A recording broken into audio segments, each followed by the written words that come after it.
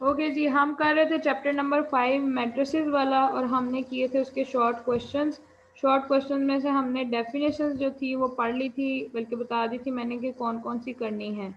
इसके अलावा हमारे रह गए थे न्यूमेरिकल क्वेश्चन शॉर्ट में और बाकी की डेफिनेशंस।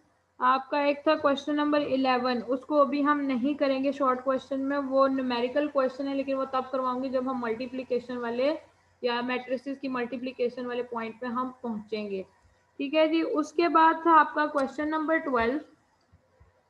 क्वेश्चन नंबर 12 है शॉर्ट क्वेश्चन में, पेज नंबर 250 पे, find the value of x if एक मैट्रिक्स दिया हुआ है उसने 2x, रुक जाए जी ये किधर को चला गया, तो कहते हैं जी गिवन मैट्रिक्स है 2x 5 और 10, अगर ये सिंगुलर मैट्रिक्स है तो find the value of x। ये इस तरह से मैंने लिखा है जी, इसको सॉल्व भी किया है, आप लोग इसको यहाँ से देख लें और मैं साथ ही साथ समझा देती हूँ। उसने कहा है जी find the value of x if ये जो मैट्रिक्स है पूरा इज अ सिंगुलर मैट्रिक्स। हमने सिंगुलर मैट्रिक्स की डेफिनेशन पढ़ी थी कि अगर किसी मैट्रिक्स का डिटर्मिनेंट इज इक्वल्स टू 0 तो वो हमारा सिंगुलर मैट्रिक्स कहलाता है। अब हमने इस पूरे वैल्यू का डिटर्मिनेंट लेना है। डिटर्मिनेंट के लिए मैंने वही स्ट्रेट लाइन में उसको पूरे मैट्रिक्स को लिख दिया है और उसको रख दिया है इक्वल्स टू 0 के। ठीक है, इक्वल्स टू 0 जब हम रखेंगे उसके बाद हमने क्या करना है जी, जैसे हम मैट्रिक्स में करते थे, ओके एक मिनट, यहाँ पे वो कहता है जी 20 माइनस, अब वो क्या होगा 2 इंटू 10 माइनस 5 इंटू एक्स। जब वो करेगा तो 20 आ जाएगा, 2 इंटू 10 इज इक्वल्स टू 20, और यहाँ पे साथ ही माइनस 5x आ गया, और ये इस पूरी वैल्यू को जो हमने क्या किया जी इक्वल्स टू 0 रख दिया। इसके बाद क्या होगा जी, जब ये वाला 20 इक्वल्स के दूसरी साइड पे आएगा तो ये हो जाएगा -20, 0 माइनस 20 इज इक्वल्स टू -20 आ गया, और इक्वल के इस साइड पे क्या रह जाएगा आपका -5x। -5x को इक्वल के एक साइड पे रहने दे, -20 दूसरी साइड पे है। x को अकेला छोड़ के जब हम -5 को इधर ला के डिवाइड करेंगे तो इसको जब कट करेंगे या डिवाइड करेंगे, -20 डिवाइडेड बाय -5, तो आपके पास आंसर क्या आएगा 4। उसने हमें क्वेश्चन में क्या मांगा हुआ था, find the value of x, अगर ये पूरा डिटर्मिनेंट 0 के इक्वल हो तो आपका x का आंसर आ गया 4। ठीक है जी, इस क्वेश्चन में यहाँ तक कोई प्रॉब्लम? No miss. ठीक है, उसके डिटर्मिनेंट को इक्वल्स टू 0 रख के ऐसे पूरी वैल्यूज को, तो आपने इसको ऑटोमेटिकली आगे से सॉल्व करते जाना है। नेक्स्ट क्वेश्चन है जी, क्वेश्चन नंबर जो न्यूमेरिकल है आपके पास वो है क्वेश्चन नंबर 16। दरमियान में जितनी डेफिनेशंस थी वो मैंने बोल दी थी, अगर कोई नहीं बोली तो वो मुझे बता दें। आप कह रही है कि हमने 13 तक की थी, 13 के बाद 14 और 15 क्या है जी? करवा दी थी मैंने 14 और 15 भी। Adjoint of matrix and inverse of matrix. Inverse of matrix का मैंने कहा था जी अब फॉर्मूला लिख दीजिएगा कि adjoint of A divided by determinant of A, sorry inverse का, और एडजॉइंट में आप उसका बुक में डेफिनेशन दी हुई है जी कि उसके को फैक्टर्स का कुछ भी इस तरह करके वो आप वहां से देख लीजिएगा। क्वेश्चन नंबर 16 में वो कह रहे हैं जी जी मिस 15 तक कर हाँ लिया। जी, 16 एक्सप्रेस और द आगे। System of equation 3x minus 4y is equals to 16, यानी एक इक्वेशन ये है, दूसरी है 9x minus 18y is equals to 120। ठीक है, वो कह रहा है जी इसको आपने क्या करना है, एक मिनट रुके जी जरा, इस क्वेश्चन को मैं जूम कर लूं। कहता है एक इक्वेशन है आपके पास 3x minus 4y is equals to 16, और दूसरी है 9x minus 8y is equals to 120। इसको मैट्रिक्स फॉर्म में आप मुझे शो कर दें या बता दें कि इसे कैसे लिखना है। अब आपके मैट्रिक्स का रूल ये है जी कि जो आपके कांस्टेंट्स होते हैं, यानी ये वाली वैल्यूज को कांस्टेंट कहा जाता है, ये आपके वेरिएबल्स होते हैं, और इनका नाम मैं भूल गई हूँ, अगर आपके ज़हन में कुछ आ रहा है तो मुझे बता दें। कोफिशिएंट्स, सॉरी, हाँ, ये जो x और y के साथ मल्टीप्लाई हो रहे होते हैं ये आपके कोफिशिएंट्स होते हैं। तो कहते हैं आपके मैट्रिक्स का रूल ये है जी कि जो आपके ये कांस्टेंट्स हैं 16 और 120, इनका एक अलग मैट्रिक्स बनाएंगे। वेरिएबल्स एक्स और वाई का एक अलग मैट्रिक्स बनता है, और जो ये जो कोफिशिएंट्स हैं 3, 9 और ये जो 18 और 4 हैं, इनके साथ इनके साइंस भी, इनका एक अलग मैट्रिक्स बनेगा। अब कोफिशिएंट्स के लिए मैंने मैट्रिक्स बना दिया है जी ए, उसमें आएगा 3, 9, -4 और -18। वेरिएबल्स का जो बनेगा आपका मैट्रिक्स, उसको हम कैपिटल एक्स से डिनोट करेंगे और उसमें आएगा आपका एक्स और वाई। इसी तरह ही है ये ऊपर एक्स और वाई, और बी में आपके आ जाएंगे जी ये दोनों जो कॉन्स्टेंट्स है 16 एंड 120। इस क्वेश्चन में सिर्फ इनको इसी मैट्रिक्स फॉर्म में लिखना है और कुछ नहीं करना। अच्छा ये चैप्टर 4 है ना, चैप्टर कौन बेटा सा है? Chapter number 5। आप बड़ी जल्दी आ गई हैं।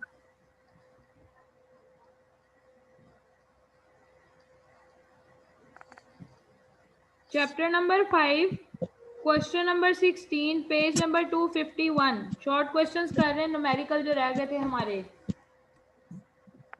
एक मिनट खोल, जल्दी से जल्दी से।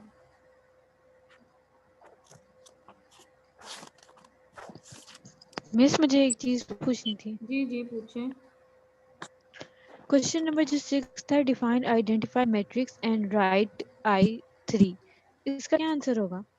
बेटा वो I3 उसकी बेस लिखनी है ना, तो वो हमने नहीं करना, उसको छोड़ दो। वो मैंने इसीलिए नहीं कराया था, मैंने सिर्फ आइडेंटिटी मैट्रिक्स की आपको डेफिनेशन बताई थी। क्वेश्चन नंबर क्या है? Okay miss. वो क्वेश्चन नंबर 6 पूछ रही थी, हम कर रहे हैं क्वेश्चन नंबर 16, पेज नंबर 251। 251, 16। हाँ जी। Express the system of equation, दो इक्वेशन और उसने कहा है इन इक्वेशंस को मैट्रिसेस में कन्वर्ट कर दें। दो इक्वेशन सी 3x - 4y is equals to 16, और दूसरी इक्वेशन थी आपके पास 9x - 18y is equals to 120। तो हमने कहा जी ये जो इक्वल के बाद वाली दो वैल्यूज होती है इन्हें कॉन्स्टेंट्स कहा जाता है।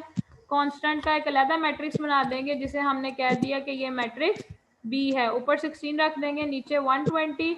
वेरिएबल्स आपके एक्स और वाई हैं, और वेरिएबल्स का एक अलग हमने बना दिया मैट्रिक्स एक्स, उसमें हम एक्स और वाई डाल देते हैं। एक्स और वाई के साथ जो वैल्यूज मल्टीप्लाई होती हैं उन्हें आपके कोफिशिएंट्स कहा जाता है जी, और उनको साइंस के साथ as it is matrix A में डाल देना है। और वो मैंने किया है जी 3, 9, -4 एंड -18। जैसे ये ऊपर नीचे इक्वेशंस में आ रहे हैं दो में, उसी तरह आपने एज इट इज यहाँ पे लिख देना, और इनके सिर्फ मैट्रिक्स बनाने, आगे कुछ नहीं करना भी।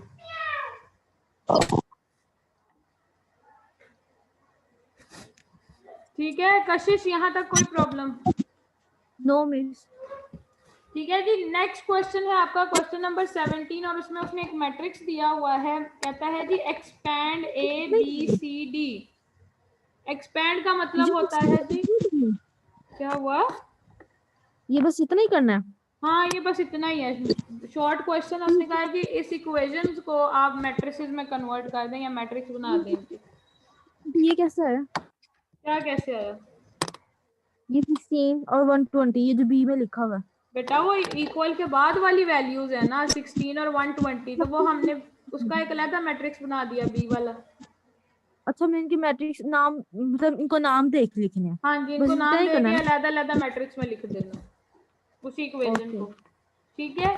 अगला है जी expand A B C D. Expand का आपके मतलब होता है जी डिटर्मिनेंट। ठीक है। डिटर्मिनेंट हमने कैसे निकाला था जी, फर्स्ट एंड फोर्थ वैल्यू को मल्टीप्लाई करते हैं और साथ में माइनस कर देते हैं उसमें से product of second and third. तो अब हमने क्या किया जी, ए डिटर्मिनेंट। एक्सपैंड का वर्ड जहां भी यूज करेगा मैट्रिक्स में, आपने इसका मतलब ये है जी उसका डिटर्मिनेंट फाइंड आउट कर देना है। ठीक है जी। क्वेश्चन मैंने कहा है वो सब्स्टिट्यूट वर्ड्स यूज करता है, ऑल्टरनेट वर्ड यूज करता है, उनको जहन में रखा करें।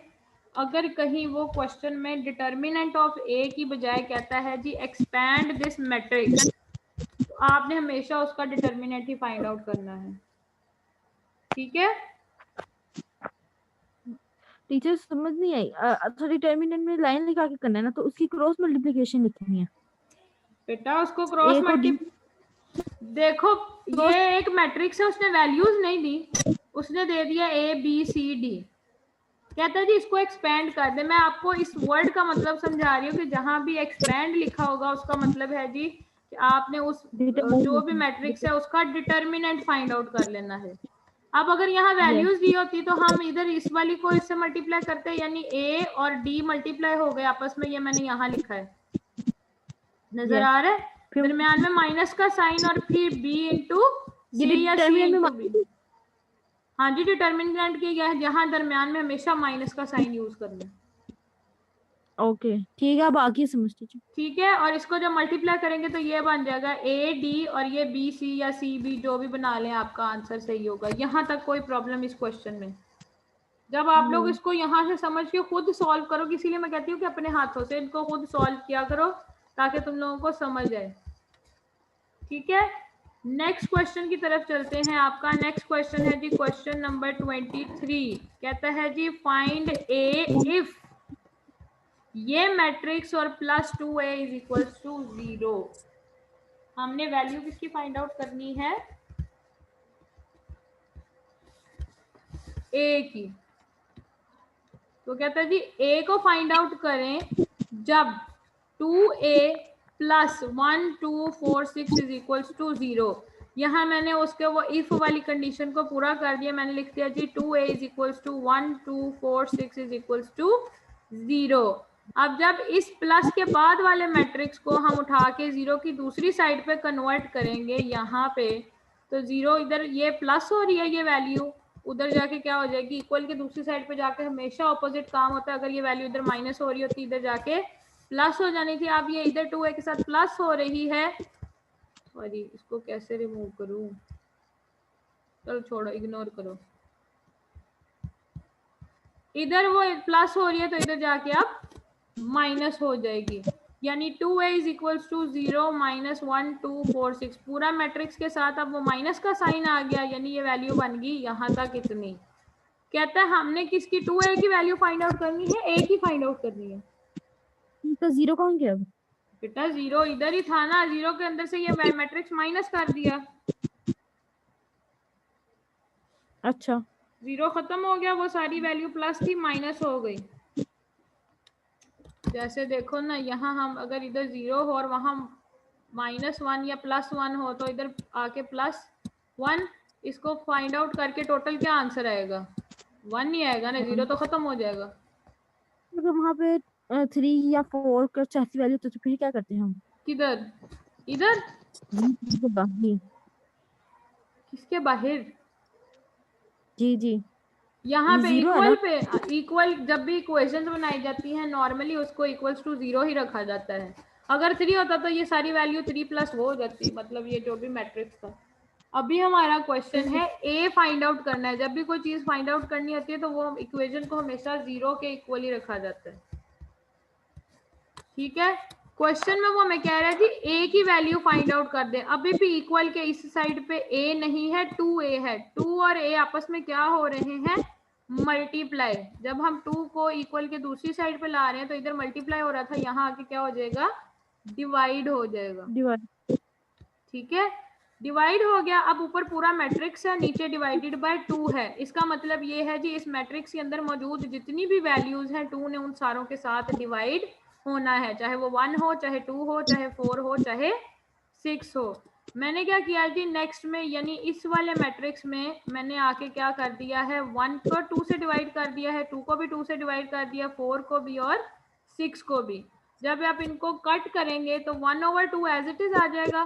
2/2 को कट करें तो 1 आ गया, 4/2 करेंगे तो वो 2 आ जाएगा, और 6/2 किया तो वो 3/1। डिनोमिनेटर में 1 कभी भी ये वाला मेंशन नहीं किया जाता। ये जो आ रहा है आपका, इसको खत्म कर दिया जाता है। अब आंसर क्या आएगा जी? ब्रैकेट उसके बाहर अभी भी मैट्रिक्स के माइनस मौजूद है। इनर में वैल्यूज क्या आ गए जी? 1/2, 1 2 और 3। ये माइनस साइन अभी भी पूरे मैट्रिक्स के साथ मल्टीप्लाई हो रहा है, यानी ये उसके साथ ही है। अब जब इसको क्वेश्चन का आंसर लिखेंगे या तो आप ऐसे लिख दें, ऐसे भी ठीक है, लेकिन मैंने उसको सॉल्व करके लिख दिया जी, यानी ये बाहर है तो ये भी सब वैल्यूज के साथ आपस में जाएगा। तो -1/2, -1 -2 और -3, ये आपका आंसर है जी इस क्वेश्चन का। इसमें कोई प्रॉब्लम यहाँ तक? No miss. ठीक है जी, नेक्स्ट क्वेश्चन पे चलते हैं आपका। इसके दरमियान में कोई शॉर्ट क्वेश्चन तो नहीं है?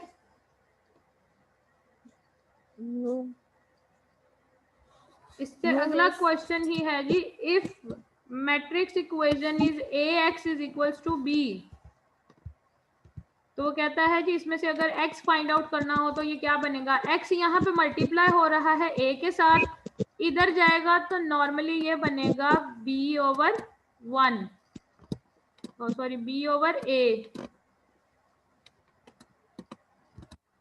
जब इक्वल के दूसरी साइड पे आएगा तो वो b/a बन जाएगा। लेकिन वो कहता है जी इस ओवर को या इस डिवीजन को खत्म करने के लिए हम इसको लिख देते हैं a की पावर -1, यानी a का इनवर्स इंटू b। जब दरमियान में कोई साइन नहीं होता तो इसका मतलब यही है कि ये दोनों वैल्यूज आपस में मल्टीप्लाई हो रही हैं। और a इनवर्स का हमने फॉर्मूला क्या पढ़ा था जी, a एडजॉइंट डिवाइड यानी adjoint of a divided by determinant of A. और जब x की वैल्यू फाइंड आउट करेंगे तो पहले हम इसकी वैल्यू फाइंड आउट करेंगे और फिर उस वैल्यू को मल्टीप्लाई कर देंगे b के साथ। आपने इसको सिर्फ इतना सा ही लिखना है, ये वाला जो पोर्शन है ना, वो बाकी का मैंने आपके समझाने के लिए लिखा था। आपने a इनवर्स इंटू b सिर्फ इसका आंसर लिख देना। समझ नहीं लगी, क्या समझ नहीं लगी इसकी थोड़ी सी। एक मिनट रुको, मैं दोबारा समझाती हूँ इसको ना, मैं दोबारा से करती हूँ ताकि तुम्हें ना, और इसको थोड़ा छोटा कर लूँ मैं।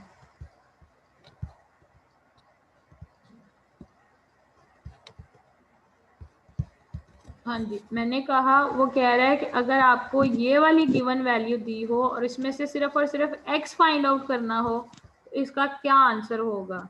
मैंने कहा ये दोनों वैल्यूज आपस में क्या हो रही हैं, मल्टीप्लाई। x के साथ a मल्टीप्लाई है, जब इसे इक्वल के दूसरी साइड पे शिफ्ट करोगे तो असूली तौर पे ये क्या होना चाहिए, x is equals to b divided by a, ऐसे ही होगा। लेकिन आपके मैथ्स में मैट्रिसेस ये कहते हैं जी मैट्रिक्स को पूरे का पूरा मैट्रिक्स डिवाइड नहीं होगा, इसीलिए हम इस a को खत्म करके डिवाइडर में से क्या कर देते हैं जी, a, हाँ जी, a की पावर को हम क्या कर देते हैं जी -1 और उसको मल्टीप्लाई कर देते हैं फिर b के साथ। अब आपके समझाने के लिए मैंने ये कहानी लिखी है जो इधर है, a इनवर्स की वैल्यू कैसे फाइंड आउट होगी, फिर adjoint of a divided by determinant of a। ये सिर्फ आपके समझाने के लिए है। ये तो फॉर्मूला, ये तो मुझे पता चल गया, हाँ आगे जी, समझ। यहाँ ये जो क्वेश्चन है ना, इसका आपने आंसर सिर्फ इतना लिखना है। ठीक है, x की वैल्यू फाइंड आउट करनी होगी तो हम a इनवर्स इंटू b कर देंगे, यानी a उधर जाके माइनस में उसकी पावर शो हो जाएगी ये वाली। ठीक है टीचर अब a के ऊपर इनवर्स लगाया है तो हम b के ऊपर भी लगा सकते हैं क्या? b क्यों लगा सकते हैं, b का तब लगेगा जब b इधर होगा, इधर से b उधर लेके जाओगे तो इक्वेशन ही 0 के इक्वल रह जाएगी। अच्छा ठीक है, हमने आंसर किसका फाइंड आउट करना है, x का। तो x के साथ कौन सा है वेरिएबल, या कह लो जी कौन सा वैल्यू है a की, तो a को उधर शिफ्ट करोगे ना, b को तो नहीं करोगे। हाँ अगर ऐसे होता ना कि bx is equals to a, तो फिर आप इसको उधर ले जाके क्या कर सकते थे, b inverse into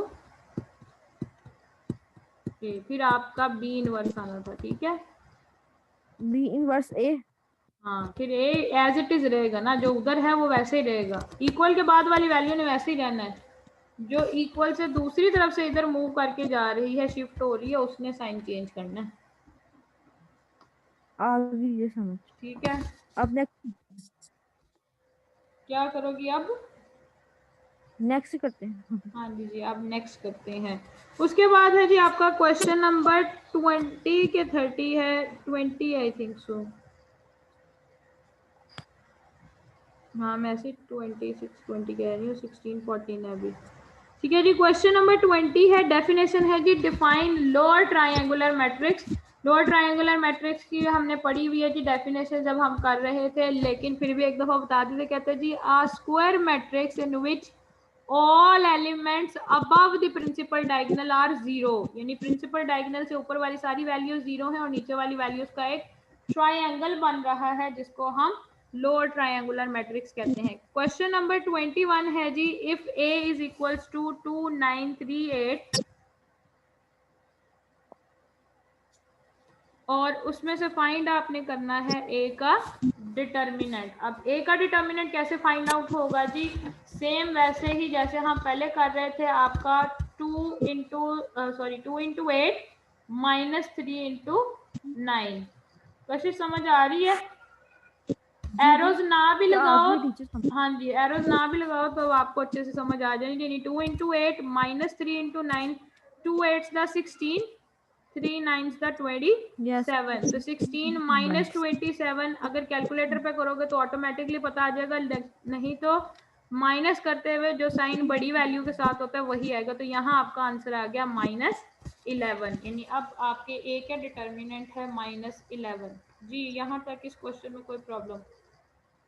no. Very good. उसके बाद हमने जो क्वेश्चन नंबर 22 है वो भी अभी नहीं करना, उसको अभी स्किप कर दें, ठीक है? जिसमें आपका उसने 3 रोज एंड 3 कॉलम्स वाले को एक्सपैंड किया हुआ है, वो आपका एक अलग मेथड है। अभी हम 2 कॉलम्स वाले पे ही हैं। ले जी, नेक्स्ट क्वेश्चन आ गया, क्वेश्चन नंबर 23 है, सॉरी 27 28 कर रही, 23 क्वेश्चन है जी। If A matrix is equals to 1 4 3 2 2 5 and B है जी 6 5 2 6 1 1, तो A plus B find out कर दें। अब प्लस और माइनस में रूल याद रखें जी, जो पहली वैल्यू है उसने दूसरे कॉलम की पहली वैल्यू के साथ प्लस होना है, दूसरी ने दूसरी के साथ, तीसरी ने तीसरी के साथ, चौथी ने चौथी के साथ और पांचवी ने पांचवी के साथ। ऐसे रूल है जी। और माइनस करेंगे भी तो ऐसे ही है जी, यानी ये जो फर्स्ट वाला 1 है इसने प्लस होना है फर्स्ट वाले 6 के साथ, 4 ने प्लस होना है 5 के साथ, 3 ने होना है आपके 2 के साथ, और इस वाले 2 ने होना है इस 6 के साथ, यानी कॉरेस्पॉन्डिंग वैल्यूज जो हैं उनके साथ ही। 2 ने 1 के साथ और 5 ने भी इस वाले 1 के साथ। मैंने यहाँ मेंशन किया है जी, कॉलम 1 की वैल्यूज को कॉलम 1 की वैल्यूज के साथ कॉरेस्पॉन्डिंग वैल्यूज के साथ प्लस करना है, और कॉलम 2 की वैल्यूज को कॉलम 2 की ही कॉरेस्पॉन्डिंग वैल्यूज के साथ। अब 1 प्लस 6, 4 प्लस 5, जी जी, ये सेकंड स्टेप की कि 1 को किसके साथ 6 के साथ कैसे लिखना है? बेटा 1 प्लस करनी है ना ए और बी की वैल्यूज, तो उसने कहा है जी इस कॉलम की पहली वैल्यू 1 है, दूसरे कॉलम की पहली वैल्यू क्या है 6, इन दोनों को आपस में प्लस कर दें। इसकी दूसरी वैल्यू कौन सी है 4 और इसकी कौन सी है 5, तो 4 प्लस 5 कर दें। अच्छा, जब जैसे 3 है, 3 को 2 के साथ, हाँ, और 2 को 6 2 को 6 के साथ, 2 को 1 के साथ, 5 1। को, ये ऐसे किया हुआ है, 3 को 2 के साथ, 2 को 6 के साथ, 2 को 1 के साथ और फिर 5 को 1 के साथ।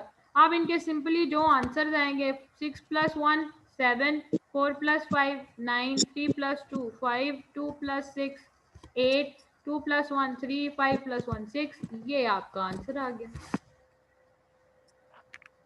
ठीक है जी, यहाँ Yes. तक के क्वेश्चन में कोई प्रॉब्लम? नो। Very good. अब आपके जो लॉन्ग क्वेश्चंस है ना इस चैप्टर के, ऑन पेज नंबर 252 होंगे, आई थिंक सो। देखो जरा मुझे बताओ कौन से पेज पे हैं। उनमें पहले क्वेश्चंस हैं जी प्लस वाले, यानी आपने मैट्रिक्स ए और बी दिए होंगे और उसको कहा होगा उसने कि प्लस, हाँ जी 252 पे ही है, अटेम्प्ट द फॉलोइंग क्वेश्चंस, उसने मैट्रिक्स ए और बी दिए हुए हैं। जो a प्लस बी और a माइनस बी सिंपल वाले हैं वो कर लीजिएगा, और क्वेश्चन नंबर 2 में भी a b c है, a plus b minus c. जी जी, लॉन्ग क्वेश्चन कह रही हूँ। हमने जो पिछले पेज में के 23 इसके बाद वाले नहीं करने हैं, मैं आप लोगों को असाइनमेंट दे रही हूँ कि प्लस वाला पोर्ट मैंने समझा दिया ना कि किस तरह से होने हैं। आप ऐसा करें उसका पार्ट ए और बी सिर्फ, जी। क्वेश्चन नंबर 1 का लॉन्ग क्वेश्चन का पार्ट ए और बी, ए प्लस बी और ए माइनस बी। माइनस में भी सेम ऐसे होगा जी, 1 माइनस 6 4 माइनस 5, यानी पहली वैल्यू में से पहली माइनस कर दे, दूसरी में से दूसरी, जैसे प्लस में किया है। ठीक है, उसका आपने सिर्फ ए और बी पार्ट एज ए कह लें जी असाइनमेंट आपने करना है खुद लॉन्ग क्वेश्चंस का। ठीक है, टीचर ये सेक्शन ओके 2 है मैम। ना, ये इसमें ए और प्लस बी को करना है, प्लस वाले एक ये करना है और a माइनस बी है। हाँ जी, बी वाला बाकी के मैं और बी आपको एक आधा पोर्शन कराऊंगी कि 2a माइनस बी को, यानी उसको 2 के साथ पूरे मैट्रिक्स को मल्टीप्लाई करना है, वो हम आपको परसों सिखा के, तो आप खुद बाकी भी कर लीजिएगा, ठीक है।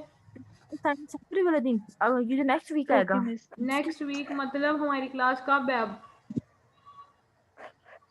ट्यूसडे को। अब हाँ जी, नेक्स्ट ट्यूसडे को। आज सैटरडे है, आज को खत्म। नेक्स्ट ट्यूसडे को अब लेक्चर होगा अब आपका। तो मैं ये कह रही हूँ, ओके अब मिस। ये वाला सैटरडे तो गुजर गया, अब ये जो नेक्स्ट वीक आएगा सैटरडे, जी ये इस दिन ये assignment आपको देनी है ना? हाँ जी, ठीक है। ये जो आप जो उनसे शॉर्ट क्वेश्चन करवानी है लॉन्ग, ये सारों की असाइनमेंट ये देनी है ना? सब करने हैं आपने। शॉर्ट क्वेश्चन में जो न्यूमेरिकल्स हैं वो भी सब करने हैं, डेफिनेशंस है वो भी आपने नीट लिख लेनी है, ताकि आप लोगों को याद रहे कि आपने कहाँ से लिखी थी और कौन सी लिखी थी। ठीक है, ये आपको रजिस्टर भिजवाएंगे ना हम, ठीक है ना? हाँ जी। ओके, बस आज के लिए इतना काफी।